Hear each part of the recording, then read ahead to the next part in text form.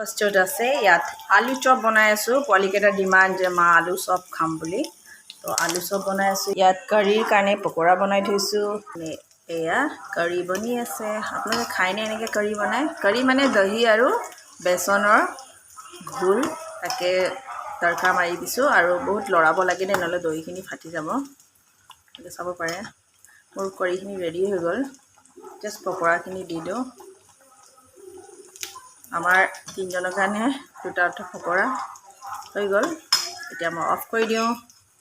এয়া চাওক কিমান দেখিব ধুনীয়া লাগিছে ন কাৰী ৰাইচ বুলি নকয় জানো এই গৰমত এনেকৈয়ে খাব লাগে আপোনালোকে ঠিকো বনাব পাৰে বাট মই